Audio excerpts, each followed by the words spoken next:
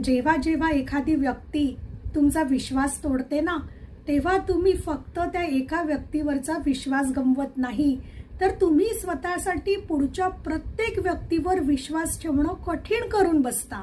तुम्ही समोरच्यासाठी निकष इतके कठीण करता की त्याला स्वतःला सिद्ध करणं अशक्य होऊन जातं. आणि यालाच म्हणतात विश्वास गमावण्याची किंमत. तो नवीन मित्र ज्याला तो तुमचा खरा मित्र आहे हे पटवून देण्यासाठी 5 वेळा स्वतःला सिद्ध करावं लागतं, तो ही किंमत चुकवतोय. तो नवीन जोडीदार ज्याला तो कुठे होता, कोणासोबत होता आणि त्यांनी तुमच्या मेसेजला वेळेत रिप्लाय का केला नाही, या प्रत्येक गोष्टीचं स्पष्टीकरण द्यावं लागतं.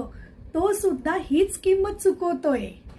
आणि तो ऑफिसमधला सहकारी जो तुमचं मनापासून कौतुक करतो, पण तुम्ही तासनतास हाच विचार करता की नक्की याचा काय स्वार्थ असेल, ही सुद्धा तीच किंमत आहे.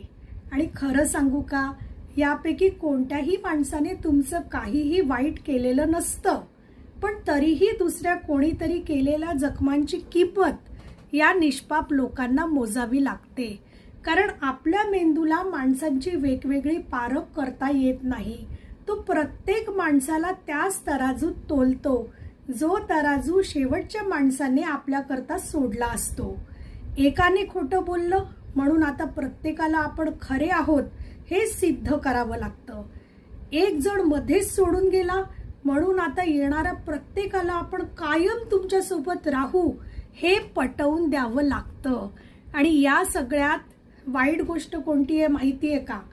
ज्या माणसांना ही किंमत चुकवावी लागते ना, खरे तर ते हक्काने आणि मनापासून तुमच्यावर प्रेम करणारे असतात, ज्यांची यात काहीच चूक नसते.